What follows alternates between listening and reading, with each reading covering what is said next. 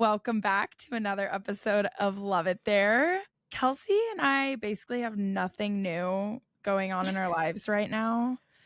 So I'm struggling to think of like a conversation topic.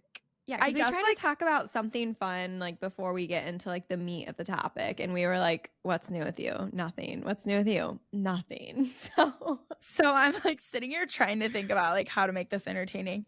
Okay, wait, what about like, I feel like March Madness is like a big topic of conversation right now. So fill us in on who you have winning, even though I already know. But yes, we are in a family. Hallie like sends out the link for our family to do our bracket competition.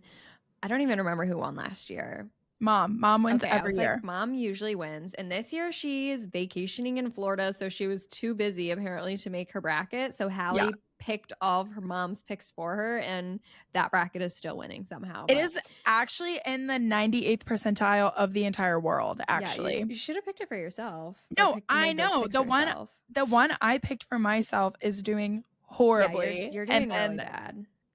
Thanks. And then the one, of course, that I do for Mom is like amazing, and she wins every year and is probably going to win this year, even though she didn't even do it. I have the most points left that I can still get out of all of us. So actually, me and who do you have winning?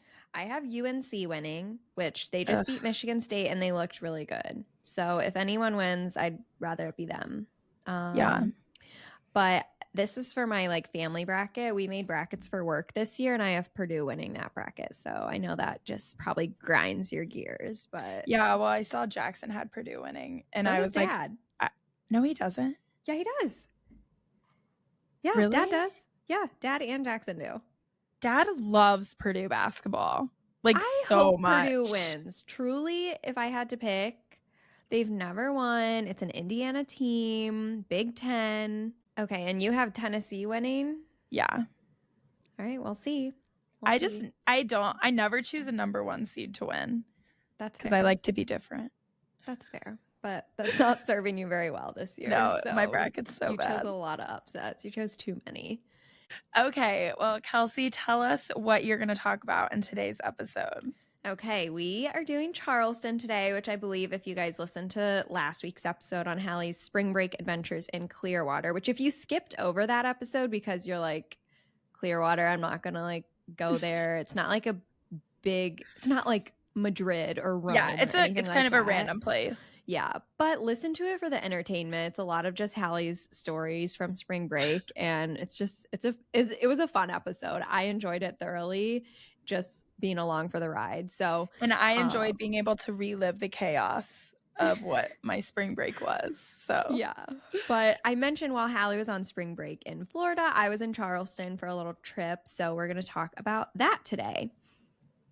Yay, I'm so excited. Okay, well, without further ado, let's get into today's episode on Charleston, South Carolina.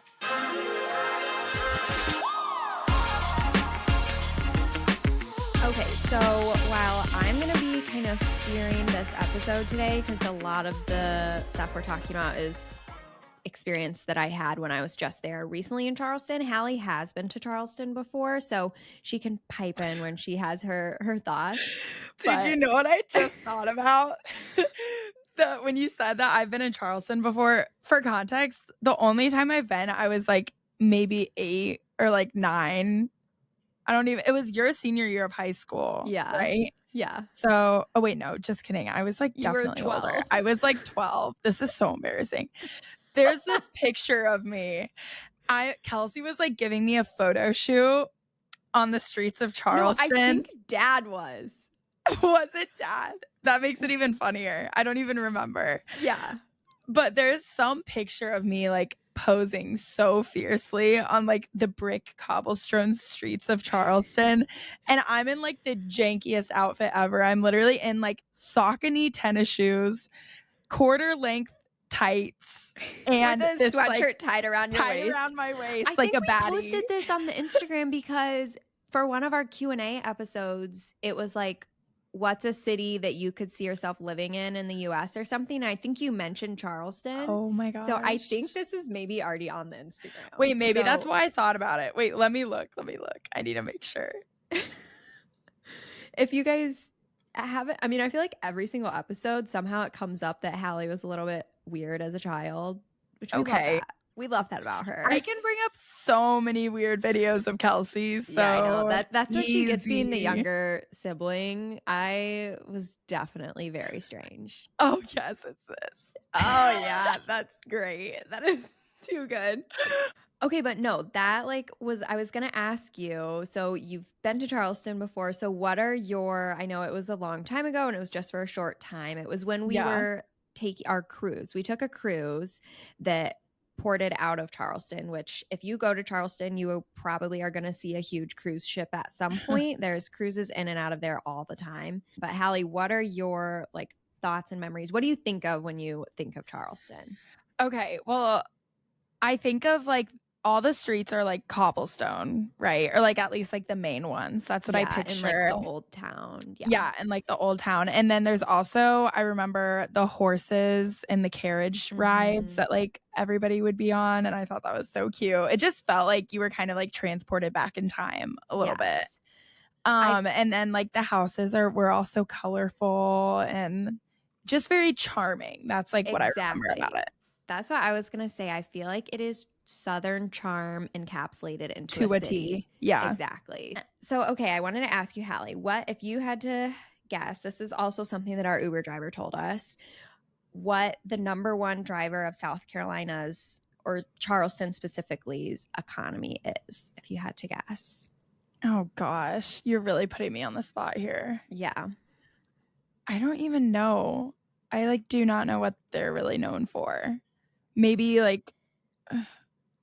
something coastal. I don't know. Yeah, that's pretty close. It's importation and exportation, or imports and exports. So yeah, because they're a major port city. So it's mostly cars and also aircraft parts. They have a Boeing factory that's right there. So they're building the huge Boeing planes right in Charleston. And you can usually, when you're on the beach or when you're walking along the water, you can see these huge, enormous cargo ships going in and out of Charleston Harbor, which is just really cool. So importation, exportation is their number one driver of the economy. And then second is tourism. So Charleston has something for everybody. It's a great city for a variety of reasons. We mentioned it's already just charming and cute. So it's a good spot for girls trips. There's lots of bachelorette parties that go there, but there's also so much history there. So there was a lot of older couples that were taking historical tours. Aww. And we were also there during spring break for colleges. So there was a ton of college students there doing spring break. There's a college, the College of Charleston is right downtown. So it already has it's not like a typical college town. It's so different than a normal college town, but there's definitely some nightlife that we'll get into. So anyways, Charleston is a very well-rounded city. Has something for everyone. Exactly. For sure. So today's episode, we're going to kind of do, if you guys remember our Madrid episode, we're going to kind of follow a similar format. So we're going to go through 5 categories of types of trips you could do to Charleston and kind of give some recommendations for each category. Amazing. Okay, so what are the categories that you're going to go through for us? We're going to do Charleston for the history buff, Charleston for a friend trip, Charleston for foodies, Charleston for the outdoorsy folk, and Charleston for the romantics. Okay, I love it. I'm so excited. Oh, what are we going to start out with? Okay. First, before I do that. No, that's fine. I didn't want to forget. This doesn't really fit in anywhere. This is just a general comment about Charleston. We ran into a rental car fiasco, which apparently this is normal. So if anyone else has ever tried to do a rental car in Charleston, please let me know if you had this similar experience. Oh, I'm intrigued. So we fly into Charleston. I had gotten an email. It was proceed to the rental car counter and pick up your keys. And it gave me instructions on how to get there. So we go out of the airport, get all the way out into the parking garage, and we're standing in this line of, I'm not kidding you, hundreds of people. And I've never to get seen a rental line car. to get a rental car. And I've never seen a line this big. And then I'm like, I am just worried this is not right. Like maybe we're not in the right line. And so I go up to the counter and I ask the guy, I'm like trying to figure out where we're supposed to go. I'm like, what is this line for? And he's like, this is to get your keys. Okay. I'm like, what am I supposed to do? And he's like, you have to go all the way back into the airport and wait in that line. And you have to like, I don't know what I had to do there before I could come out and actually get my car. So he's like, you're not in the right line. And so mind you, Jackson had like his golf bag. We had all our suitcases, everything. So I'm like, okay, why don't you just wait here? I'm going to go try to wait in the other line to do whatever I'm supposed to do there.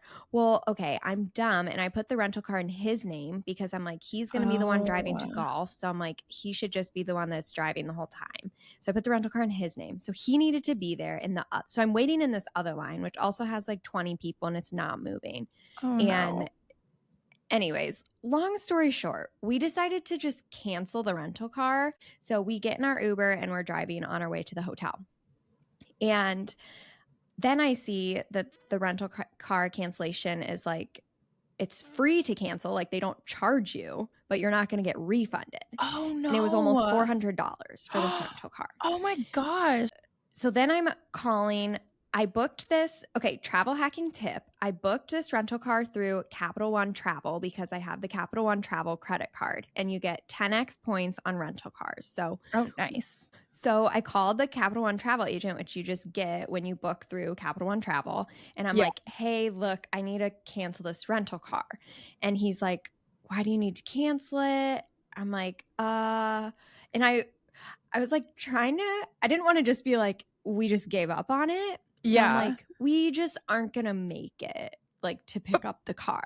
And he's like, okay, like, let me see what I can do for you. So then he puts me on hold. And then he comes because I booked it through Capital One Travel. But then when you book things through Capital One Travel, you're still booking them through a rental car company. So my travel agent through Capital One. This is a long story. I promise I'm getting to the end. It's not even that exciting. No, I'm like so intrigued. Okay. So the Capital One guy, he put me on hold and he's talking to the rental car company. And let me back up. But wait, there's more. The reason this was such a fiasco, I don't know why. We got it through Budget Avis rental car. And so Enterprise, Hertz, they were sold out of rental cars. So this only was one company. That's why the line was so long. Everywhere else was sold out for some reason. I have no idea why.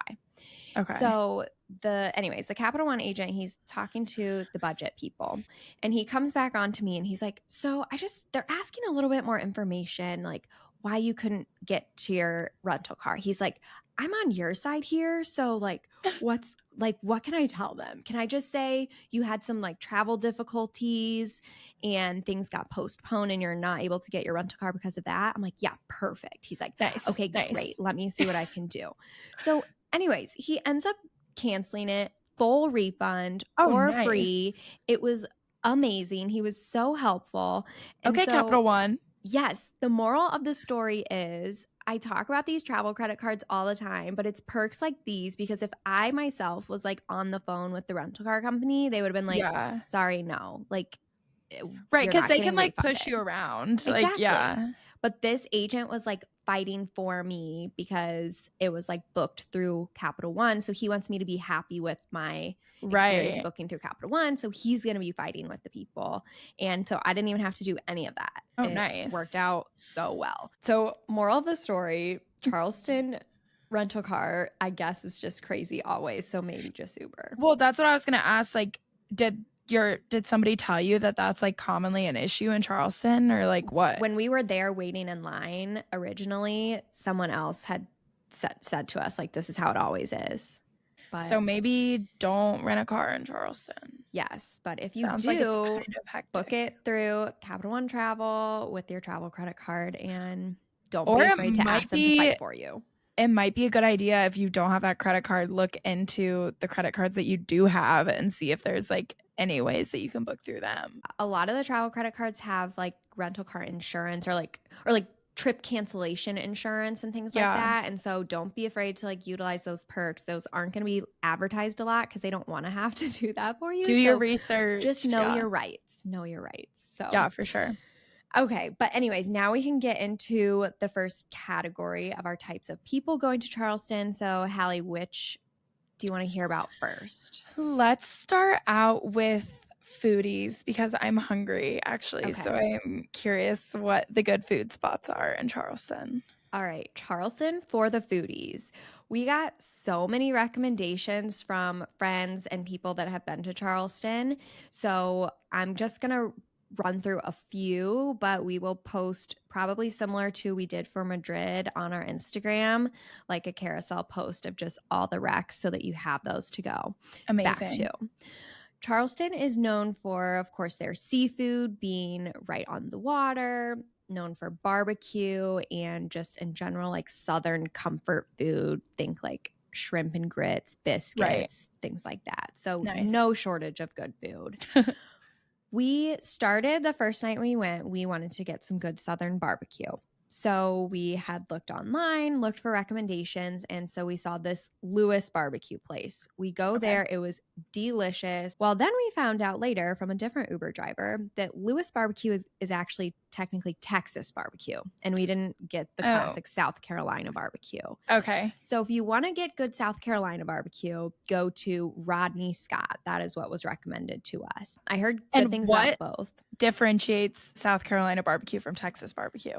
Apparently, there's not a huge difference, but Texas barbecue is anywhere where they have brisket, and South Carolina barbecue is more like pulled pork. Okay. So good to know. Yeah.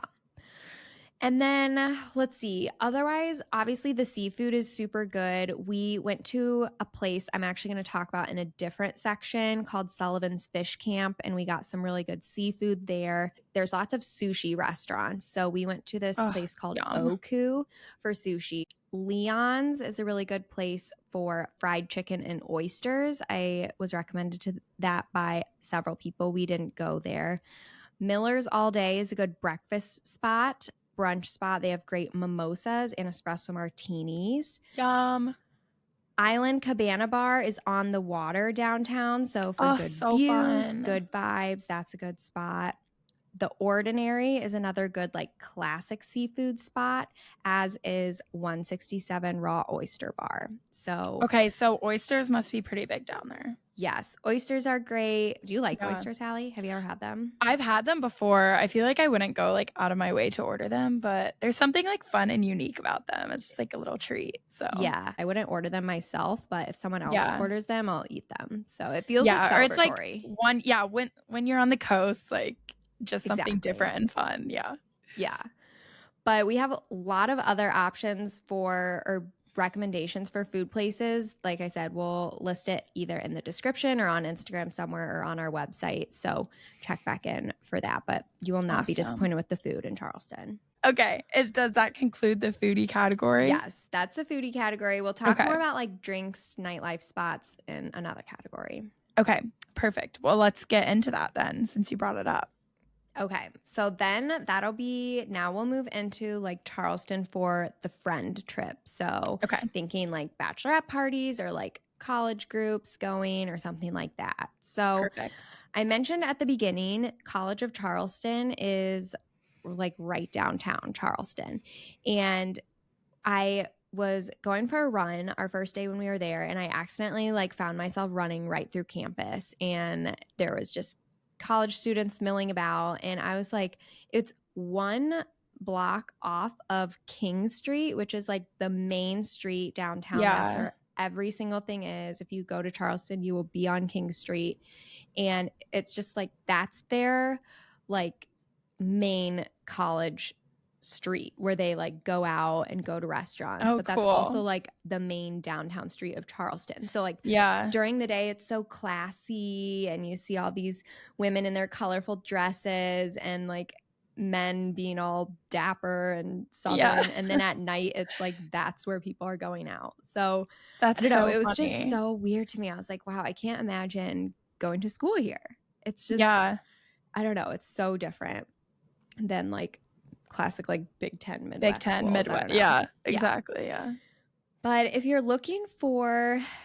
are a college student or, you're looking for that kind of like dive bar vibe where everybody's going to be, they're going to be at Uptown Social. So, Hallie, I mentioned to you last episode that I saw Jimmy from Love is Blind was in Charleston when I was there. He was like posting so much from this bar, Uptown Social. Okay. And that's because it was St. Patrick's Day when I was there. So there was like a ton of people out and about, but that was like a big bar where people go to just like hang out and be like college lifestyle. And then some other spots for drinks. If you're going for a bachelorette party, there's this place called Camellias, which is a champagne bar, and it's all pink so fun. Inside. It's they know what they're doing. Yes, it is so target cute. Audience reached. Exactly. We went to a rooftop bar called Fiat Lux, and it's got nice little views. There's also one called Citrus Club. These are both on top of two different hotels that are like right by each other, but those would be fun spots for a group for fun rooftop drinks. And then there's also this place right on King Street called Felix, which has really cute cocktails. It's got a cute vibe there. So that'd be fun for a friend trip as well. Awesome. And then like I mentioned, on King Street, they have lots of restaurants and things like that. That's also where you're going to find tons of shops, tons of local boutiques. So if you're in, like for girls' trips or things like that, if you're into shopping or want to find some local dresses or whatever, that'd be a great spot to do some shopping. Amazing. And then, the last part for friend group or friend trip would be pop over the bridge into Mount Pleasant or like Sullivan's Island area. So that's like east of like the island of Charleston. You just cross over the river and then you're into this other area. And fun fact, that's where they filmed Outer Banks. So I can already picture the vibes. Yes, it is. You cross the bridge and we're just driving through, and I literally was like, I feel like I'm on the set of Outer Banks. Like, I feel like I'm going to see John B. like riding his bike by me or something. It is truly that vibe. And so Outer Banks is in North Carolina, like the actual place of Outer Banks is in North Carolina, but they filmed it largely in Charleston. I knew they filmed it in Charleston. Like, I know the scene where they're like technically on the campus of UNC, but like they're in Charleston. Yeah. But yeah, this like Mount Pleasant area is just right when you cross like that big wire bridge that we'll talk about. It's called the Arthur Ravenel Jr. Bridge. You cross over that into the town of Mount Pleasant, and there's an area specifically like where there's a lot of like boat docks and things like that, and that's called Shem's Creek, and that's all of like the scenes where the kids from Outer Banks are just like hanging out in the boat and just like kind of just like hanging out. That's there in that area. Oh my gosh, so cool. Tons of restaurants. I got like so many facts from my Uber driver, but our Uber driver was like, oh, lots of young kids or like young adults hang out there. It's like a really fun spot to be. Love it. So yeah, that was for Charleston for the friend trip. So what category should we move into next? Let's do history buffs. Okay. So like we said, Charleston has a ton of history to it. It feels like you've been transported back in time. A lot of major like historical battles were actually fought in Charleston. Like the first shots of the Civil War started or were fired in Charleston. And when you go down to like the southernmost part of like the island of Charleston, they have those battery artillery things still set up that you can remember seeing that. That's another thing that I remember about being there is there was a lot of like memorial statues and war memorial stuff. So specifically like Fort Sumter is in the Charleston Harbor, and that's where the Civil War technically started. And so you can take like tours out to there, and then you can also see this big huge aircraft carrier called the USS Yorktown is like parked in the Charleston Harbor, and that was used in World War II, the Korean War, Vietnam War, and it's just this enormous, I mean, it's an aircraft carrier, but you can tell if you're like not familiar with what that is. It's just, you can look at it and be like, this is a big military vessel that's sitting in the Charleston Harbor, and it's been a museum since 1975, so now you can just go and tour it. And then they also have Joint Base Charleston, which is the Air Air Force Base in North Charleston. So there's a ton of military aircraft there that, like, when we landed at the airport, we saw military aircraft. And then you can also see there's going to be lots of military aircraft like flying in the skies too. Oh, cool. So that's pretty cool. But yeah, Hallie mentioned like the horse-drawn carriages. You can do a tour that's on a horse-drawn carriage, and so you can learn about all the history of Charleston, going up and down the cobblestone streets on this little horse-drawn carriage to learn about everything there, which is just like so cute and charming. Yeah, I love that. Even if you're not going on them, like just seeing them all like trot by, it's like, oh, I love the South. It's so cute. It makes it feel like you're in another world for sure. Yeah. Or like another time period. And then, yeah, just like even the homes, you can just tell there's so much history there. Most of these homes in Charleston, a lot of the ones in the downtown main part of Charleston, have been passed on through generations. So there's just generational wealth. They've been in the same family forever. And it's just, you can tell there's just these like old money homes. And I don't know, Hallie and I never really watched like Bravo reality TV, but there's this reality TV show called Southern Charm. So I don't know if any of our listeners have ever heard of this or listened to it, but let me just read the like summary of it so you can tell like how some of these like Southern families are. So Southern Charm reveals a world of exclusivity, money, and scandal dating back through generations of families in Charleston, South Carolina. The docuseries follows several Charleston singles as they pursue their personal and professional lives while trying to preserve their family names, just because just one social faux pas can taint a family's name for generations. Oh no. So this is like it's a reality show. So it's not like that. I'm like kind of want to watch it now. Yeah. So I don't know anything about it. What is that on? Oh, Bravo. It's Bravo. So that just like tells you kind of about the like history of these like Charleston families going back for generations. It really does seem like Outer Banks, like how you have like the rich people that just like run the town. Oh, yeah. Another spot that if you want to go see Sarah Cameron from Outer Banks, her like family home, it's used as like a wedding venue and you can actually like go see it. So cool. So yeah, it's not like anybody's private residence. Okay. Is that all for history? Yes, that is what I have for the history buffs. Okay. We're going to go to outdoorsy. Okay, Charleston has great weather. If you didn't know, it's beautiful there. It snows once every 4 years, apparently. Another fact from my Uber driver. And their summers are a little bit hot and humid, but you have the beaches that you can escape to. So true. You get that coastal breeze at least. Exactly. So there's a couple different beaches. There's one that's called Sullivan's Island, and there's one that's called Folly Beach or Foley Beach, and one called Isle of Palms. I think those are the three main ones. We went to Sullivan's Island. We heard it was a little bit less touristy than Folly Beach. And Sullivan's Island, there's no like, you can't have Airbnbs there on that island, and you can't, or there's like no hotels like on the beach. So it's mostly like private residences and homes. Oh, nice. And it's the homes sit way far back off the beach, and then there's a lot of like kind of like tall grass and like wispy stuff before you actually get to the sand. So basically when you're like standing at the water, you like can't even see the homes. It just looks like wilderness almost, because it's like pretty far. Like we walked on a pretty far like boardwalk to get down to the beach. Oh, cool. And so I don't know, it felt like I like was a local living there at this beach. Yeah. You know?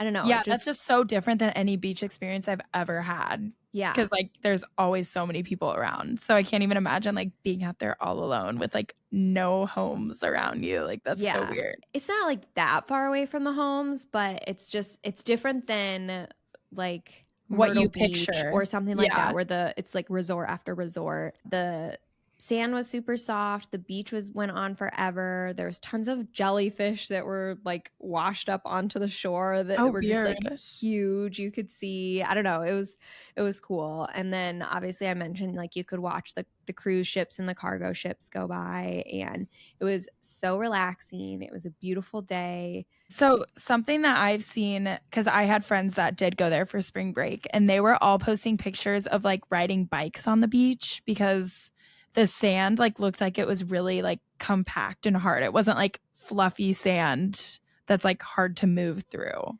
Yeah, I guess you probably could have. I wonder what beach they were on because I didn't see I'm not anybody sure which riding bikes. one. There was definitely people running, which I hate running on the beach, but Yeah, but it looked so cool because it just like there was so much beach, like right. so much space of just sand and like nothing else. And they were like 5 wide, like riding bikes down the beach, and it looked so cute.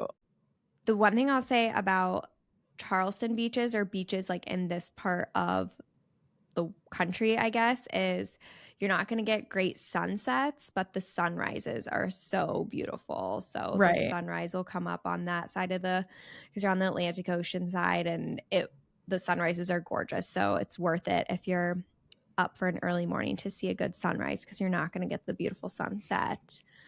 And then also Sullivan's Island, which is where the beach that I went to, Reese Witherspoon apparently has a home on Sullivan's Island. So keep your eye out for her if you're like bopping around Sullivan's Island. Maybe you'll run into her. So yeah, definitely the beaches for the outdoorsy folk going to Charleston. I mentioned the golf. There's 7 golf courses in Charleston. The ocean course at Kiowa Island is one of the top golf courses in the world, apparently. Oh, wow. It's very expensive to golf there, so keep that in mind. Yeah. But the resort, or like the main clubhouse building at that golf club, is where the midsummer party in Outer Banks was, where my gosh, the had to work, and so that was like at that resort. It was filmed there. This is so cool. If you're like really into the show, like this would be the dream vacation. I wasn't that into it, but the first season, I mean, most of the references, the first season was so good. And then the last thing for like the outdoorsy folk is like if you want to get a little, I like how you love to say folk. What else am I You've supposed said to say? it like 5 times this episode. I almost and took I've it never out heard of the outline, anyone so else don't use say it. What else am I supposed to say? Because I'm like the foodies, the history buffs, the adventurer. Or I guess it's not like adventurous though. Yeah, it's not. It's just being outdoors. The sporty person, the nature lover. Person. It's not like nature. Yeah, no, it's that's like, true. Do you want to be outside and do activities? Then you're a folk. Yeah, it fits. Okay. No, I love it. It's giving me a good giggle over here. There's a few different places you can go for a little walk or a run. Obviously, through the old streets and admiring the homes is a good spot to start. There's also a promenade or like a paved path that goes around. Wait, I think it's promenade. I looked up how to say it. It's promenade. Is it really? Yes. I've only heard it said promenade. I literally Googled this last night and it played out on Google. If you Google promenade pronunciation, it says promenade. Promenade. But promenade sounds so much better. I believe you that promenade is correct. I do. But yeah. Don't you think I say it in my head on the promenade? Oh, I definitely say that in my head. I say promenade. But I think it's promenade. Anyways. That just sounds so wrong. I know. It sounds kind of just like an American. Yeah. On the promenade. Yeah. Anyways, there's a paved path. Yeah, there you go. That goes along the park at the bottom of Charleston. And so you can run it, you can walk it. It's really pretty because it's right along the water. Unfortunately, when we were there, they're doing a ton of construction. So on the main part of it, right at the point of the island, it was closed. And it was sucks. Big black tarps and fences over it, which was just so beautiful. Yeah. But normally, I think they're fixing it up and it's supposed to be really good. So normally that would be a great spot to do a little walk or run. And then also the Arthur Ravenel Jr. Bridge that I mentioned, which is that big suspension bridge that connects Charleston to the northern island. It's a really good spot to walk or run because you cross over the river there and you can see that USS Yorktown that I talked about, the Charleston Harbor. It's the best view from up there and it's totally free. So you could just walk or run. I went from our hotel, which was on King Street in downtown Charleston, across the bridge and back, I think was 6.5 miles or so. Okay. So, but you could, if you started right at the edge of the bridge and just did down and back, it'd probably be 5 miles or so. So and it's nothing all crazy. on the bridge? Yeah, it's on the bridge. That's a long bridge. Yeah, it's really long, but Oh, that's it so was cool. fun. And it was harder than expected because it looks pretty much flat, but you definitely like go up. There's elevation gain. Yeah, And that sounds intense. so it's kind of like a little like challenge people do. They're like, oh, like local Charleston people, like, oh, have you run the bridge before? And stuff like that. Even though it's only 5 miles, but it's like decently uphill. I didn't realize it was so much uphill until I crossed over the halfway point and I started going down. And I'm like, oh my gosh, I've been climbing this whole 2.5 miles. So yeah, dang. Okay, is that all for outdoorsy folks? That is it for the outdoorsy folk. Okay, I love it. Let's go on to our last category, right? Yes. The romantic. Okay. So I'm so excited to talk about this. Oh, are you? I keep forgetting. So I made Hallie not look at the outline because I didn't want her to like see all the things I was talking about. But okay, another pop culture or film that was filmed in Charleston, one of the most iconic love stories of all can I time guess? in cinematic history. Yes. Is it How to Lose a Guy in 10 Days? No. Is that one of the most iconic love stories in cinematic history? I thought you were being facetious. Oh, no, I'm being 100% serious. I don't know what. No, that movie's definitely filmed in New York, right? I don't actually know. It if just I've like seen it. instantly came to mind for some reason. Okay, sorry. What Girl, is it? you know this movie. Filmed in Charleston. Love story? Yes. Like the most probably well-known. I'm not saying it's the best love story, but it's iconic. There's so many. The Notebook? Yes, The Notebook. Oh, I should have gotten that. It does give Charleston. Yeah. Yes. Okay. Okay, happy 20-year birthday to The Notebook. The movie was released in 2004, which is just crazy. Oh my gosh. The book was written in 1995, which, did you know, Hallie, this was Nicholas Sparks' first book, was The Notebook. That's crazy. Yeah, like come out with a bang, why don't ya? Yeah, there's no beating that. Like every other one, like you can't beat The Notebook. The book was based in North Carolina, but in the movie they kind of changed it and it was based in this like fake town, I think, that was like south of Charleston, but several of the movie scenes were filmed in Charleston. So I watched The Notebook last night to prep for this episode, and I probably haven't seen it in like 10 plus years, and I literally forgot the whole premise of Noah and Allie being old and her having Alzheimer's. I literally forgot about that because I'm just picturing like the Ryan Gosling, Rachel McAdams plot. Yeah. And so when the first scene opens up of this movie and it's them as an old couple, and I instantly remembered the whole premise of the entire movie, I started bawling instantly. Yes, dude. Okay. Don't you remember when I was telling you about how I watched The Notebook and I told you I was sobbing at the end of it and you were like, oh my God, it's not like it's the first time you've ever seen it. And I'm like, yeah, but it's been a while and it makes me emotional every time. No, because I literally forgot about the Alzheimer's thing, and that's why it's sad. Yes, because I'm like, there's like a deep fear of mine that I'm going to have Alzheimer's, and it like just makes me really sad to see, obviously Noah cares so much about Allie, whatever, and I'm like, oh my gosh, I don't want to do that to Jackson. So that it like reminds me so much of our grandparents. Yeah. And it's just like so makes me so emotional every time. So emotional. I was ugly crying, but I was like laughing at myself because the movie just literally starts and I just remembered everything and I start bawling my eyes out. I'm like, okay, Kelsey, get yourself together. Keep it together. But anyways, okay, so a couple movie spots if you're like classic romantic and you're in Charleston and you want to see some of these spots. The Notebook was filmed. If you remember from the movie when they went on their first date at the movie theater, it was like a double date with their friends. The movie theater that's right downtown King Street, I actually posted a picture of it on our Instagram story a couple weeks ago when I was in Charleston, and that is the movie theater in the movie. It looks exactly the same. So cool. You watch it, you'll see it.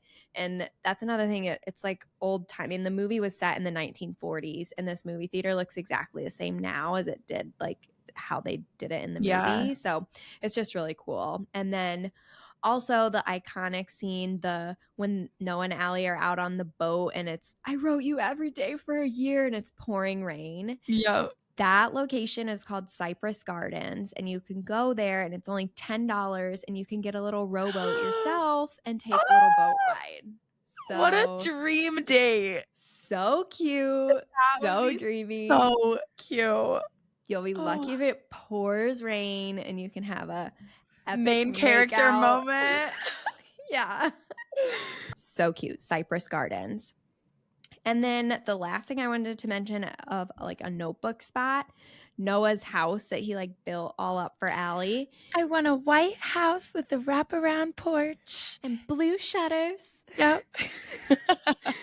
Yeah, that is, if you like Google the notebook house, it comes up and it has like a rating, like, you know, you can rate it and leave reviews, but it is a private residence. So do not try to go there. I don't know why it shows up as like a historic landmark or like a tourist attraction, but some of the reviews are like, some angry man chased me off his property, but they're like, the people are like, it looks just like it did in the movies, like blah blah. It's like private residence. Don't try to go there. Wait, that is so funny. Yeah. So yeah, the Notebook, if you want to see those movie scenes, or I don't know, Charleston just kind of, obviously the Notebook was filmed there, so it'll bring memories up of the Notebook, but it's just a very romantic city in general. Yeah. And like we already mentioned, there's lots of good restaurants you can go to for like romantic date nights. The beaches, you can do your walks along the beach. You can walk up and down the streets and admire the homes and dream about a home you might have someday or something like that. It's like very charming and romantic. So it's a great I just feel like all the movies and shows that are filmed there is just a testament to like how like it just looks like somewhere that would be in a movie. Like it is just the epitome of like a small southern town. It feels like you're going back in time. Like that is what Charleston is, and it's so cute. So yeah, and I love it because it's, like I said, it's on a little island, so it's pretty small and compact. So it's very walkable, and it just feels like this little utopian little bubble. And so it's not like most cities that are really spread out or have all these different neighborhoods and things like that. It's like Charleston is Charleston. The whole thing is. Yeah. Like that. That's so cool. So cute. Yeah. I love it. It makes me want to go. Yeah. I actually have a friend who's moving there like really soon. So I'm excited. I hope I get to go visit her. Oh my gosh. Yeah. Such a good spot to visit for sure. Yeah. So, but yeah, that's our Charleston episode. So like I said, I know we listed off a bunch of things. We got a ton of recommendations. So I know we have some listeners doing a bachelorette party there. So we'll make sure we have all these recommendations listed out so that you can kind of look back on those and plan your trip. Couple closing things. Next week, we are doing a little bit of like a catch-up episode, Q&A. We're going to talk a little bit more about some travel hacking things that you can do, because I know y'all want to know more about that. And then we all like to save money. So Exactly. And then we're going to talk about a little preview of what's to come for Love It There. So stay tuned for that. And be brainstorming your questions. Exactly. One more thing, we are so close to 300 followers on our Instagram. So if you're listening right now and you're not already following us, please do, so we can reach that little benchmark. But yeah, it's exciting. We're slowly growing, slowly but surely. So it's fun to see. Hang out with us on Instagram. I feel like it's kind of fun over there. So oh yeah, we get some good laughs. Yeah. We like to embarrass ourselves even more than we do on the podcast on the Instagram. So yeah, literally. We hope everybody has a great Easter. Hopefully you get some time with your family, and we will catch you guys next week. And go Tennessee. Go. All right, bye guys.